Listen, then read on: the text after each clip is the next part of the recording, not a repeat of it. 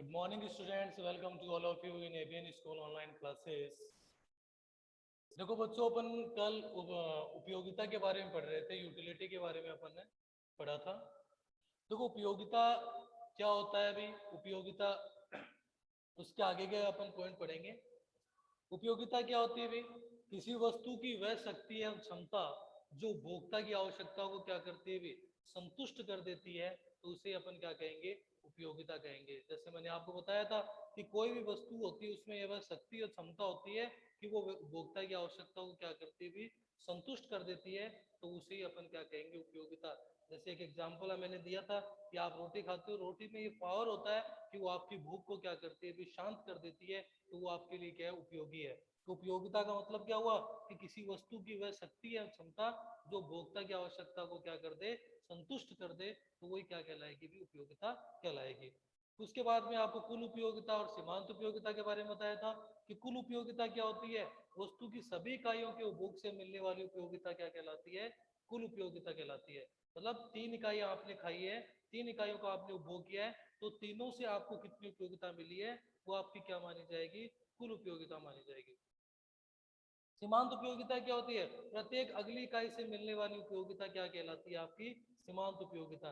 जैसे आपने पहली इकाई खाई, फिर दूसरी खाई तो उससे क्या उपयोगिता मिली, तीसरी इकाई का उपभोग किया तो उससे आपको कितनी उपयोगिता मिली। मतलब प्रत्येक अगली इकाई के उपभोग से मिलने वाली उपयोगिता क्या कहलाती है, सीमांत उपयोगिता, मार्जिनल यूटिलिटी कहलाती है। ठीक है।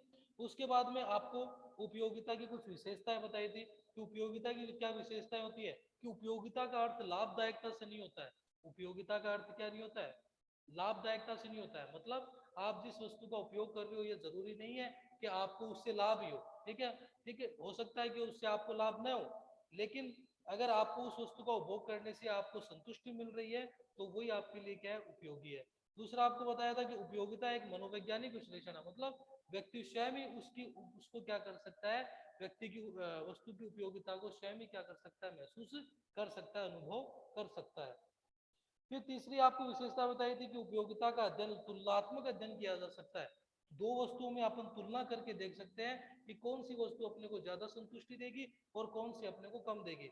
मतलब कोई वस्तु अगर अपने को ज्यादा पसंद है तो अपन उसको पहले प्राथमिकता देंगे और दूसरी को बाद में देंगे। तो अपन ने उनके बीच में क्या कर ली, तुलना की। तो ये बोल रहा है कि उपयोगिता का तुलनात्मक अध्ययन भी हो सकता है। यह वस्तुगत न होकर व्यक्तिगत होती है। आपको ये विशेषता बताई थी कि उपयोगिता जो होती है वो व्यक्तिगत ना होकर क्या होती है, सॉरी, वस्तुगत ना होकर क्या होती है, व्यक्तिगत होती है। क्योंकि वस्तु चाहे कितनी भी अच्छी क्यों ना हो, अगर उपभोक्ता उसको उस वस्तु का उपभोग करने से संतुष्ट नहीं है, तो उसके लिए वो अनुपयोगी मानी जाएगी। व्यक्ति उससे संतुष्ट होना चाहिए, वस्तु चाहे कैसी भी क्यों ना हो, अगर व्यक्ति उससे संतुष्ट नहीं है तो उसके लिए वो अनुपयोगी मानी जाएगी। तो बोलने का मतलब ये है कि ये क्या होती है भी, उपयोगिता जो होती है वो व्यक्तिगत होती है, वस्तुगत नहीं होती है। ठीक है ना, वस्तुगत न होकर क्या होती है, व्यक्तिगत होती है। व्यक्ति उससे संतुष्ट होना चाहिए, वस्तु चाहे कितनी भी अच्छी क्यों ना हो। उसके बाद में अगला जो आता है वो आता है,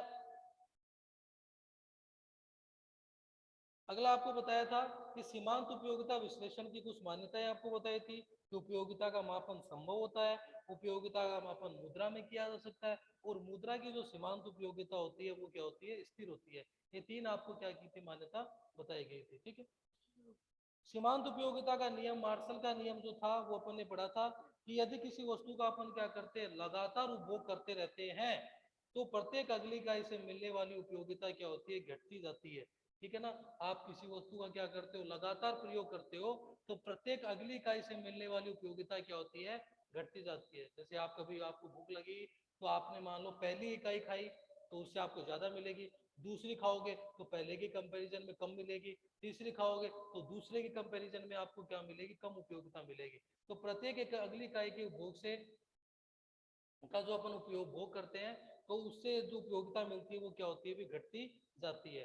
तो ये कहते हैं अपन कि यदि किसी वस्तु का लगातार उपभोग किया जाता है तो प्रत्येक अगली इकाई से मिलने वाली उपयोगिता क्या होती है, घटती जाती है, कम होती जाती है।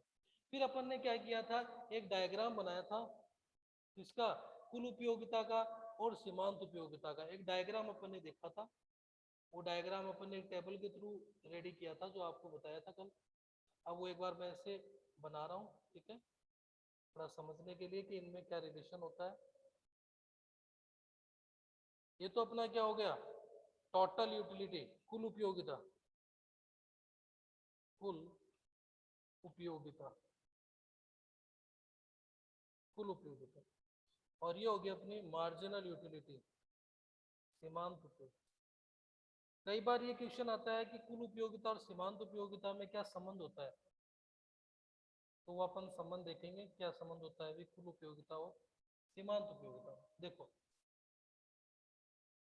कुल उपयोगिता और सीमांत उपयोगिता जो होती है उसमें क्या रिलेशन होता है वो आप देखिए। इधर देखो आप, तो कुल उपयोगिता और सीमांत उपयोगिता में क्या संबंध होगा कि कुल उपयोगिता क्या होती है भी, देखो कुल उपयोगिता और सीमांत उपयोगिता में क्या संबंध है कि जब सीमांत उपयोगिता क्या होती है, धनात्मक होती है। धनात्मक का मतलब इस एक्स अक्ष के नीचे नहीं है, ऊपर है ना, इस लाइन के ऊपर है। तो जब ये इससे नीचे आ जाती है तब ये ऋणात्मक होती है, तो अभी तो ये इससे ऊपर है। तो जब सीमांत उपयोगिता क्या होती है, धनात्मक होती है। धनात्मक क्यों है, पॉजिटिव क्यों है, क्योंकि इससे एक्स एक्स के नीचे नहीं है। एक्स एक्स के अगर नीचे होता तब तो ये ऋणात्मक हो जाती है, इस लेवल पे आने के बाद यहाँ पे शून्य होती है और फिर ऋणात्मक हो जाती है। तो इससे पहले का जो हिस्सा है वो क्या होगा, धनात्मक होगा। तो ये क्या बोलेंगे कि जब सीमांत उपयोगिता क्या होती है, धनात्मक होती है। पहला संबंध क्या हुआ, जब सीमांत उपयोगिता धनात्मक होती है तो कुल उपयोगिता बढ़ती हुई होती है। देखो आप, कुल उपयोगिता ऊपर की ओर जा रही, बढ़ रही है, ठीक है ना, कुल उपयोगिता बढ़ रही है। तो जब इसका मतलब क्या हुआ कि जब सीमांत उपयोगिता क्या होती है, धनात्मक होती है, तो कुल उपयोगिता बढ़ती हुई होती है। पहला संबंध हो गया। दूसरा संबंध क्या होता है, जब सीमांत उपयोगिता क्या होती है भी, शून्य होती है। जब सीमांत उपयोगिता यहाँ पर जैसे एक्स एक्स को छुएगी यहाँ शून्य हो जाएगी। जब सीमांत उपयोगिता क्या होती है, शून्य होती है, तो कुल उपयोगिता क्या होती है, अधिकतम। दूसरा संबंध क्या हुआ कि जब सीमांत उपयोगिता शून्य होती है तो कुल उपयोगिता क्या होती है, अधिकतम होती है। ये दूसरा संबंध हो गया। और तीसरा संबंध क्या है, जब सीमांत उपयोगिता क्या होती है, ऋणात्मक हो जाती है, मतलब जीरो के आगे बढ़ने लग जाती है तो मतलब ऋणात्मक हो गई। तो जब सीमांत उपयोगिता क्या होती है, ऋणात्मक होती है, तो कुल उपयोगिता क्या होती है, गिरती हुई होती है। इस लेवल के बाद में वो क्या होने लग जाएगी, कुल उपयोगिता गिरने लग जाएगी। तो जब सीमांत उपयोगिता क्या हो रही है, ऋणात्मक हो रही है, तो कुल उपयोगिता क्या हो रही है, गिर रही है। ठीक है, तो ये क्या कहेंगे अपन, इनमें कुल उपयोगिता और सीमांत उपयोगिता में संबंध होगा। ठीक है, कुल उपयोगिता और सीमांत उपयोगिता में तीन संबंध आपको बताए कि जब सीमांत उपयोगिता धनात्मक होती है तो कुल उपयोगिता बढ़ती हुई होती है, पहला संबंध। दूसरा संबंध हुआ, सीमांत उपयोगिता जब शून्य होती है तो कुल उपयोगिता अधिकतम होती है, दूसरा संबंध हो गया। और तीसरा संबंध हुआ, जब सीमांत उपयोगिता क्या होती है, ऋणात्मक होती है, तो कुल उपयोगिता क्या होती है, गिरती हुई होती है। तो ये तीन क्या दे रखे हैं, इसमें संबंध दे रखे हैं, कुल उपयोगिता और सीमांत उपयोगिता में संबंध। ठीक है, उसके बाद में अगला जो अपन टॉपिक देखेंगे इसका इसी में, वो है सीमाएं अथवा दोष। उपयोगिता की सीमाएं, सीमाएं अथवा दोष। दोष और सीमा क्या होती है, क्या कमी होती है। देखो उपयोगिता की सीमाएं अथवा दोष क्या है। पहली सीमा और दोष यह है, या अपवाद अपन मान सकते हैं, वो क्या है, देखो उपभोग की जा रही प्रत्येक इकाई समा समरूप होनी चाहिए। क्या बोल रहे हैं कि उपभोग की जाने वाली, अगर अपन उपयोगिता का मापन कर रहे हैं तो, अगर अपन उपयोगिता का मापन कर रहे हैं तो उपभोग की जाने वाली प्रत्येक इकाई समरूप होनी चाहिए। मतलब जैसे मान लो कि आप कोई रोटी खा रहे हो, तो ये नहीं है अगर आप रोटी खा रहे हो तो हर एक रोटी जो वो समान, उनका जो जो आकार जो होता है वो समान होना चाहिए, समरूप होनी चाहिए, समान होनी चाहिए। ये नहीं है एक छोटी है एक बड़ी है, ऐसा नहीं होना चाहिए। ठीक है ना, प्रत्येक इकाई क्या होनी चाहिए, समरूप होनी चाहिए, तभी उपयोगिता का सही मापन किया जा सकता है। ठीक है, दूसरा दोष क्या होता है भाई, दूसरी सीमा क्या होती है, इकाइयां प्रमापित होनी चाहिए। अर्थात न अधिक बड़ी और न अधिक छोटी होनी चाहिए। आकार भी समान होना चाहिए और मतलब समान होनी चाहिए, और न ज्यादा बड़ी होनी चाहिए और न ज्यादा छोटी होनी चाहिए, ठीक है ना, प्रमापित होनी चाहिए, ठीक है। एक प्रमाप निर्धारित होना चाहिए कि भाई इस प्रमाप में इस उसका एक जो आकार होता है वो निर्धारित होना चाहिए कि इसी प्रमाप में इन इकाइयों का क्या किया जाएगा, उपभोग किया जाएगा। तो वो न तो ज्यादा बड़ी होनी चाहिए और न ही ज्यादा छोटी होनी चाहिए। उपभोक्ता की आय एवं व्यवहार में कोई परिवर्तन नहीं होना चाहिए। हाँ, ये बोल रहा है कि उपयोगिता, अगर अपन उपयोगिता का मापन कर रहे हैं तो उस दौरान उपभोक्ता की आय और उसके व्यवहार में कोई परिवर्तन नहीं आना चाहिए। ये नहीं है कि उपभोक्ता की आय बढ़ गई, ठीक है, या उसका व्यवहार में कोई परिवर्तन आ रहा है, तो उससे उपयोगिता का सही मापन नहीं हो पाता है, ठीक है ना। अगर आय में वृद्धि हो जाती है, उपभोक्ता की आय में वृद्धि होती है, तो वो हो सकता है कि किसी अन्य व्यक्ति को, अन्य वस्तु को क्या करने लग जाए, प्राथमिकता देने लग जाए, ठीक है। तो इससे ये बोल रहा है कि आय और उपभोक्ता की जो रुचि है वो क्या होनी चाहिए, स्थिर होनी चाहिए, उसके व्यवहार में कोई परिवर्तन नहीं आना चाहिए, ठीक है। अगला जो सीमा है वो है वस्तु के मूल्य में परिवर्तन नहीं होना चाहिए। हाँ, वस्तु का मूल्य अगर कम या ज्यादा होता है तो उससे भी उपभोक्ता क्या करता है भाई, वो एक तरह से उपभोक्ता की उपयोगिता में क्या आता है, परिवर्तन आता है भाई, ठीक है, क्योंकि वो उसके अनुसार ही क्या करता है, फिर वस्तु का चुनाव करता है। तो वस्तु का जो मूल्य है वो भी क्या रहना चाहिए, स्थिर रहना चाहिए, उसमें भी कोई बदलाव नहीं आना चाहिए। अगली जो अगला जो दोष है वो है कि स्थानापन्न वस्तु के मूल्य में परिवर्तन नहीं। हाँ, स्थानापन्न वस्तु के मूल्य में परिवर्तन, स्थानापन्न वस्तु अभी अपन आगे पढ़ेंगे।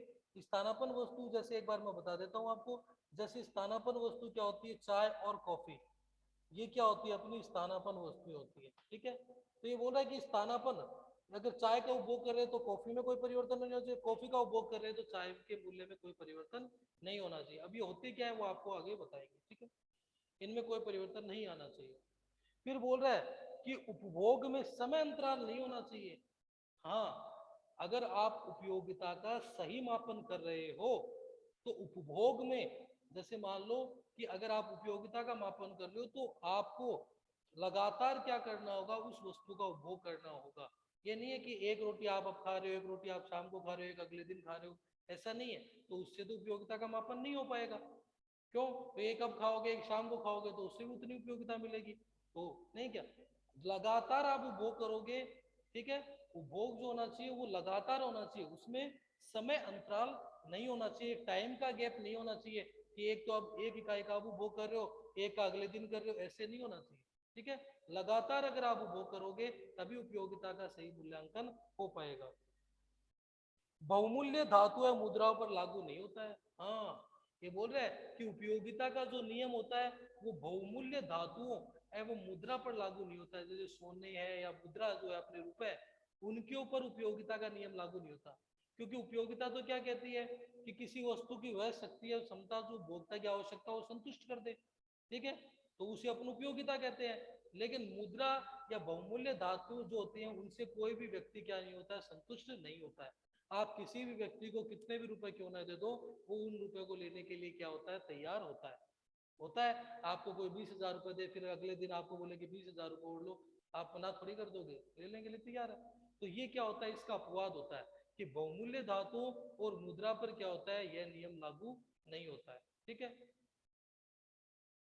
पूरक वस्तु तथा स्थानापन्न वस्तुओं की उपस्थिति में उपयोगिता प्रभावित होती है भी। हाँ, अगर ये तो अभी तो मैंने बताया आपको, ये तो क्या है, पूरक वस्तुएं, चाय और कॉफी तो पूरक वस्तुएं हैं, और स्थानापन्न वस्तुएं को सॉरी, चाय और कॉफी तो स्थानापन्न वस्तुएं हैं, और पूरक वस्तुएं कौन सी होती है भी, पूरक वस्तु होती है जैसे मान लो पेन और स्याही, ठीक है, चाय और चीनी,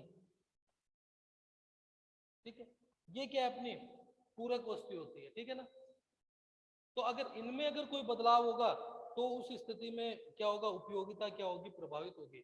स्थानापन्न वस्तु में या फिर पूरक वस्तु में अगर किसी प्रकार का कोई बदलाव हो रहा है, ठीक है, तो उस स्थिति में क्या होगा, उपयोगिता प्रभावित होगी।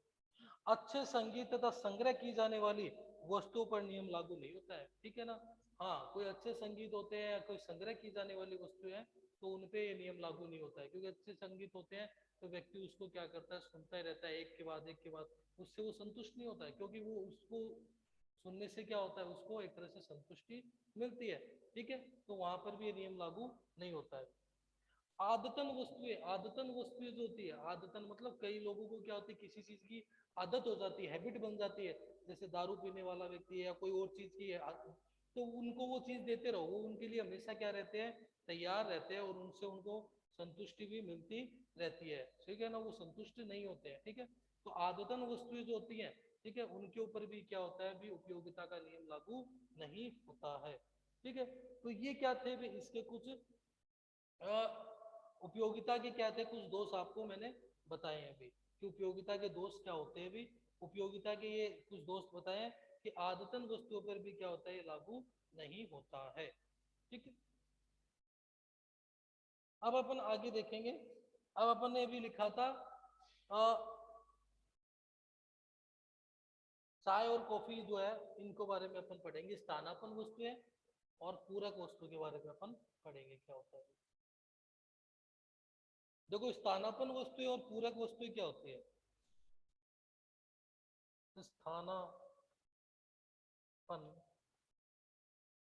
स्थानापन्न एवं पूरक वस्तु, देखो क्या होता है। सबसे पहले अपन देखते हैं स्थानापन्न वस्तु क्या होती है। स्थानापन्न वस्तुएं जैसे चाय और कॉफी।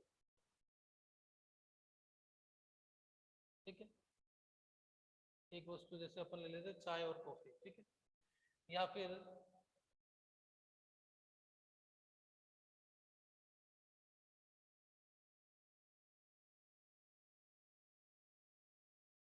बॉल पेन या जेल पेन।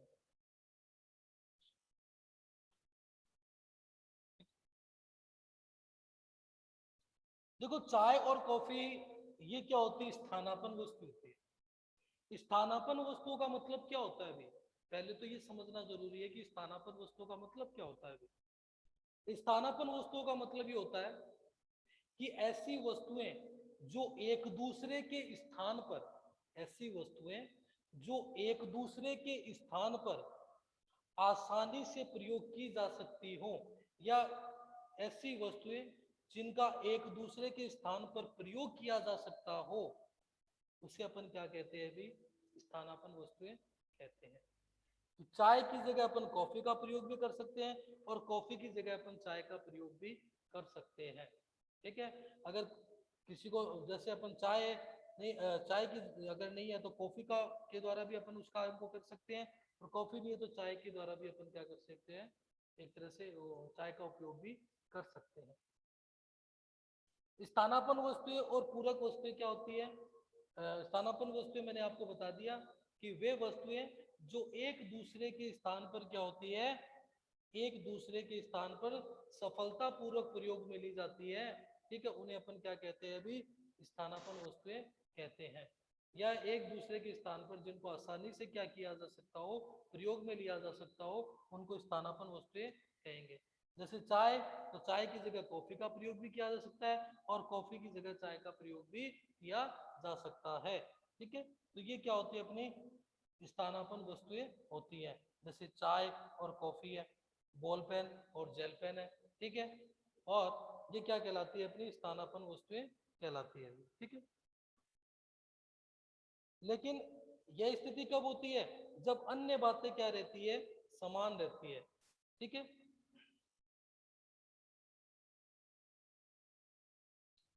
अब इनमें क्या होता है अभी, अगर एक में चेंजमेंट आता है तो दूसरी क्या होती है, प्रभावित होती है। ठीक है ना, एक में अगर बदलाव आता है, एक के मूल्य में अगर बदलाव आता है, तो दूसरे का मूल्य क्या होता है, या दूसरे की मांग क्या होती है, प्रभावित होती है। कैसे, मान लो कि चाय क्या है, 5 रुपए की है, और कॉफी भी 5 रुपए की आ रही है मार्केट। ठीक है, अब क्या हो गया अभी, अचानक ही क्या हो गया अभी, चाय का मूल्य बढ़कर क्या हो गया, 6 रुपए हो गया। ठीक है, तो जो लोग पहले 5 रुपए क्या कर पाते थे भी, अफोर्ड कर पाते थे, 5 रुपए ही चाय के लिए खर्च कर पाते थे, अब वो लोग क्या करेंगे भी, चाय की मांग कम कर देंगे, क्योंकि अब उनके पास इतने रुपए नहीं है। तो वो लोग क्या करेंगे, चाय को छोड़कर किसकी मांग करने लग जाएंगे, कॉफी की मांग करने लग जाएंगे। क्यों? क्योंकि कॉफी अभी भी बाजार में क्या आ रही है, 5 रुपए की आ रही है। ठीक है, और यही अगर क्या हो जाए अभी, कॉफी का मूल्य बढ़ जाए, 6 रुपीज हो जाए, तो उस कंडीशन में क्या हो जाएगा अभी, चाय की मांग अधिक हो जाएगी। अगर मूल्य में वृद्धि हो जाए तो जो लोग पहले कॉफी पीते थे, अब वो क्या करने लग जाएंगे, चाय पीने लग जाएंगे। क्यों? क्योंकि कॉफी का मूल्य क्या हो गया, 5 से बढ़कर क्या हो गया, 6 हो गया, जबकि चाय का मूल्य अभी भी 5 रुपए ही है। ठीक है, और इसी प्रकार क्या हो जाता है अभी, अगर मूल्य कम हो जाता है, मान लो कि कॉफी का मूल्य 5 था और चाय का मूल्य भी 5 था, लेकिन अब चाय का मूल्य क्या हो गया, 4 रुपए हो गया, तो कॉफी से क्या हो गया, कम हो गया, तो चाय की मांग में क्या हो रहेगी, और वृद्धि हो जाएगी, और कॉफी की मांग क्या हो जाएगी, कम हो जाएगी। तो इस तरह से ये स्थानापन्न वस्तुएं जो होती है, एक दूसरे को क्या करती है, प्रभावित करती है, एक दूसरे की मांग को प्रभावित करती है। ठीक है, तो उन्हें अपन क्या कहते हैं भी, स्थानापन्न वस्तुएं कहते हैं। तो स्थानापन्न वस्तुएं क्या हुई, कि ऐसी वस्तुएं जो एक दूसरे के स्थान पर प्रयोग की जा सकती हो, एक दूसरे के स्थान पर उपयोग ली जा सकती हो, उन्हें अपन क्या कहते हैं, स्थानापन्न वस्तुएं कहते हैं। ठीक है, तो स्थानापन्न वस्तुओं का मतलब क्या हुआ, कि ऐसी वस्तुएं जो एक दूसरे के स्थान पर क्या की जा सकती हो, प्रयोग में ली जा सकती हो, आसानी से जिनका प्रयोग किया जा सकता हो, वो क्या कहलाएंगी, स्थानापन्न वस्तुएं कहलाएंगी। जैसे चाय है, बॉल पेन है, चाय कॉफी होगी, बॉल पेन और जेल पेन हो गई। ठीक है, अगला जो पॉइंट आता है अपना, अगला पॉइंट है वो है पूरक वस्तुएं। पूरक वस्तुएं क्या होती है, स्थानापन्न वस्तुएं तो अपन ने देख ली, अब पूरक वस्तुएं क्या होती है, जैसे चाय और चीनी। ठीक है, पेन और स्याही, गाड़ी और पेट्रोल, पेट्रोल। ठीक है, ये क्या होती है भी, पूरक वस्तुएं होती है। मतलब पूरक वस्तुएं किसे कहते हैं, पूरक वस्तुएं कौन सी होती है, ऐसी वस्तुएं जो एक साथ प्रयोग में ली जाती हूँ, ऐसी वस्तुएं जो जो एक साथ प्रयोग में ली जाती हो। मतलब जैसे चाय और चीनी का एक साथ प्रयोग होता है, पेन और स्याही का प्रयोग होता है, गाड़ी और पेट्रोल का होता है। तो मतलब क्या हुआ, कि पूरक वस्तुएं क्या होती है, कि ऐसे वस्तुएं जो एक साथ प्रयोग में ली जाती है, जिनका अपन एक साथ प्रयोग करते हैं। ठीक है, जिनको अपन एक साथ काम क्या करते हैं, काम में लेते हैं, तो वो क्या क्या मानी जाती है, अपनी पूरक वस्तुएं मानी जाती है। ठीक है, तो पूरक वस्तुएं क्या होती हैं, ऐसी वस्तुएं जो एक साथ प्रयोग में ली जाती है, उन्हें अपन क्या कहते हैं, पूरक वस्तुएं कहते हैं। पूरक वस्तुएं, ठीक है, तो पूरक वस्तुएं जैसे चाय होगी, चाय चीनी हो गई, पेन स्याही हो गया, गाड़ी और पेट्रोल हो गए। अब इनमें अगर कोई बदलाव होता है, तो एक दूसरे के की मांग पर क्या होता है, भी प्रभाव पड़ता है। जैसे अगर चीनी का मूल्य बढ़ जाएगा, चीनी के मूल्य में क्या हो जाए, वृद्धि हो जाएगी, तो चाय का मूल्य भी क्या होगा, बढ़ेगा। आपने देखा होगा कि अगर चीनी महंगी हो जाएगी, तो चाय के जो मूल्य है वो भी, उसमें भी क्या आएगी, वृद्धि आएगी। अगर स्याही महंगी हो जाएगी, तो पेन का जो मूल्य है उसमें भी क्या आएगी, वृद्धि होगी। ठीक है, और पेट्रोल है, पेट्रोल का मूल्य अगर बढ़ जाएगा, तो गाड़ी का मूल्य में भी क्या होगी, वृद्धि होगी। ठीक है, तो इस तरह से क्या करते हैं, एक दूसरे को क्या करते हैं, प्रभावित करते हैं। और इसका मूल्य बढ़ने से, जैसे चीनी का मूल्य बढ़ा, तो चाय की का मूल्य क्या होगा, बढ़ेगा, तो उससे चाय की मांग में क्या आएगी, कमी आएगी। क्यों? क्योंकि चाय पहले की अपेक्षा क्या आ रही है, ज्यादा रुपए में आ रही है, और लोग अगर ज्यादा महंगी होगी, तो उस वस्तु की मांग क्या करेंगे, कम करेंगे।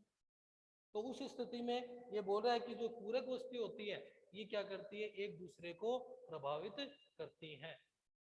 पूरक वस्तुएं जो होती है, वो एक दूसरे को क्या करती है, प्रभावित करती है। अगर एक के मूल्य में क्या आती है भी, कमी आती है, तो दूसरे के मूल्य पे या दूसरे की मांग में क्या होता है भी, प्रभाव पड़ता है। ठीक है, तो ये क्या होती है, आपकी स्थानापन्न वस्तुएं और पूरक वस्तुएं होती हैं। कल अपन जो पढ़ेंगे वो अपना क्या आएगा, मांग का, मांग, डिमांड को अपन पढ़ेंगे। तो यहाँ पर आपका स्थानापन्न वस्तुएं और पूरक वस्तुओं का पॉइंट फिनिश हो जाता है। ठीक है बेटा।